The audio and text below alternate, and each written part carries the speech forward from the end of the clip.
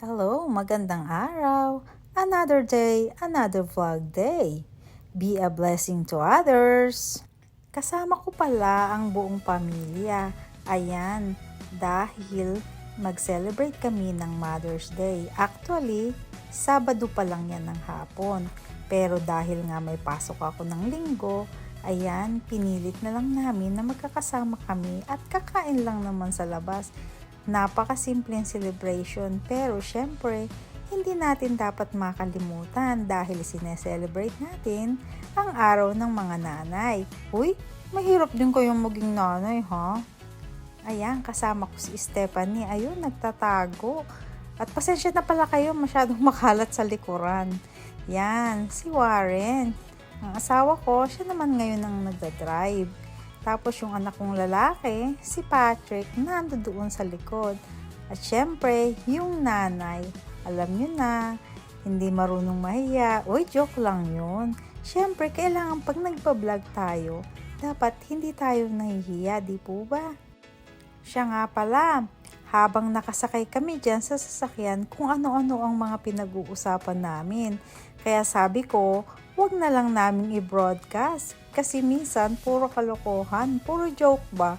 Pero baka mamaya hindi ka tanggap-tanggap sa iba. Kaya minambuti ko na lamang na mag-voice over.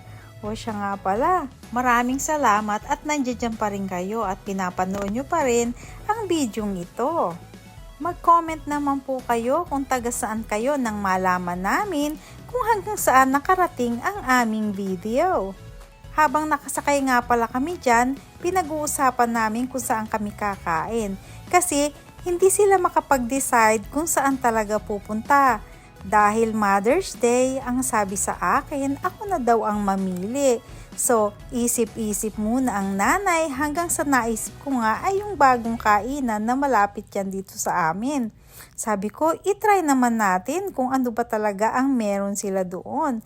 So, ayan, nakahanap na nga kami ng parking, pero namali pala kami ng entrance. Akala namin doon ang entrance. Kaya ayan, babalik uli kami, lalakad kami patungo talaga doon sa entrance. Ayan ang aking squad.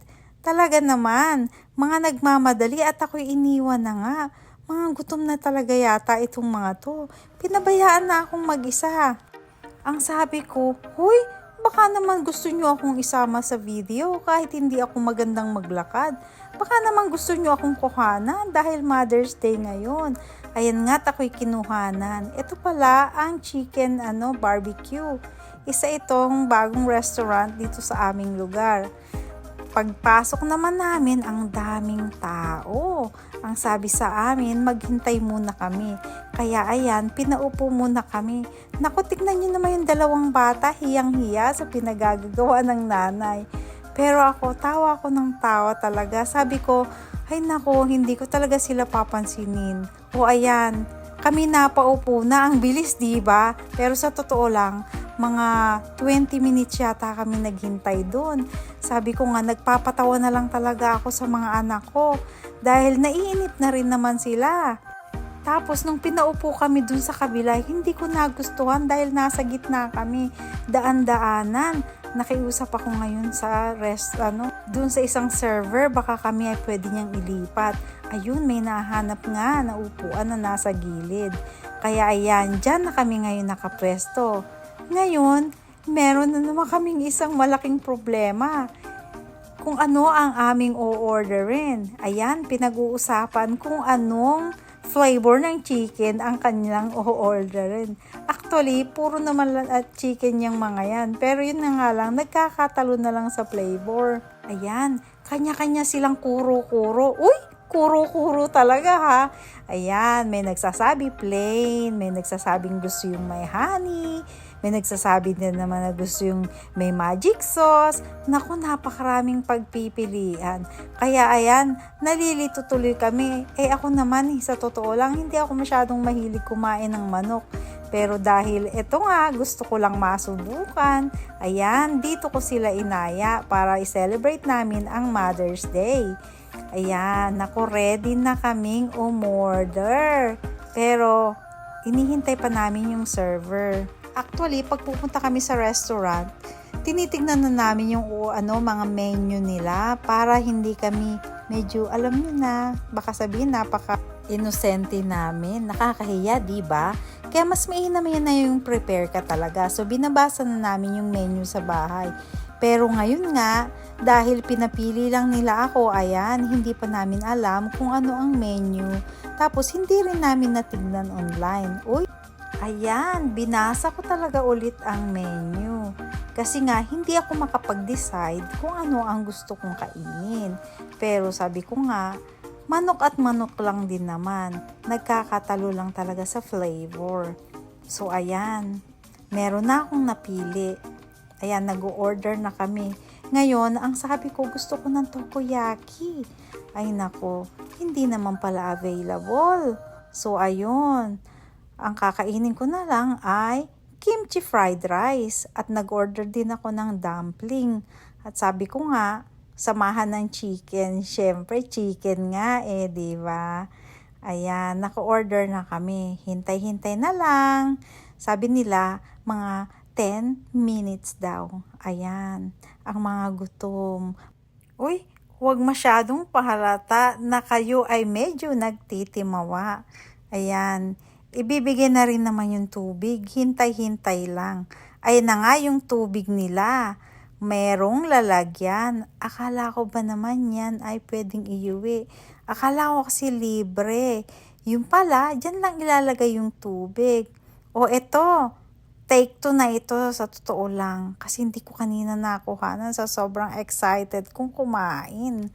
Ayan na yung dumpling. Nagulat nga ako kasi ang lalaki ng dumpling. Hindi ko talaga ine-expect na ganun yung size. Parang isa or dalawa talaga namang mabubusog ka na. Ayan, itry natin ang dumpling. Unang kagat. Ayan, ito ay para sa inyo. Nako, ikakain ko na lang muna kayo ha. Hayaan nyo sa susunod.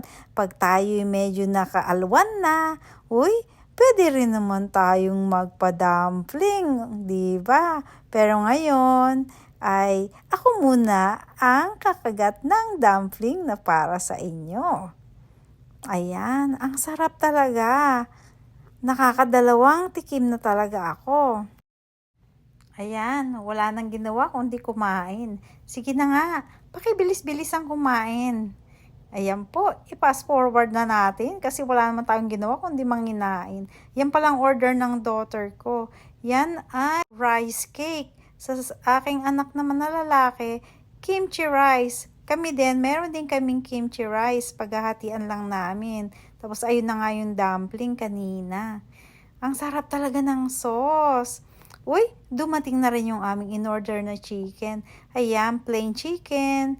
Tapos ito sa aking anak, ito ay honey. Tapos yung isa, sabi nila secret sauce daw yan. Naku, ano kaya ang meron dyan sa sikreto na yan? O ayan, halina kayo, kain tayo. At matapos ng isang siglo, ayan, natapos na din.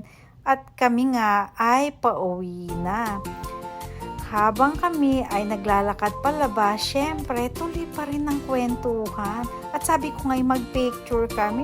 Naku, magkamali na naman, video pala. Ayan, hindi kami tuloy nakapagpa-picture. Diyan kami sa harap ng restaurant. Ayan, tuwang-tuwa ang aking anak na babae. Syempre, ayan, may kiss sa kanyang mami. Ngayon, may yakap pa yan, di ba? Biglang lumayo at biglang tumawa na sabihin kung kami ay magkamuka. Naku po, hindi niya matanggap. Pero ayan, maraming talagang salamat sa inyong pagsubaybay. Ngayon po, mag-comment naman po kayo para malaman namin kung mga taga saan ang nakakanood sa video na ito. Ayan, sana po ay nagustuhan nyo. Maraming pong salamat sa uulitin. Thank you very much. Please don't forget to subscribe. Thank you.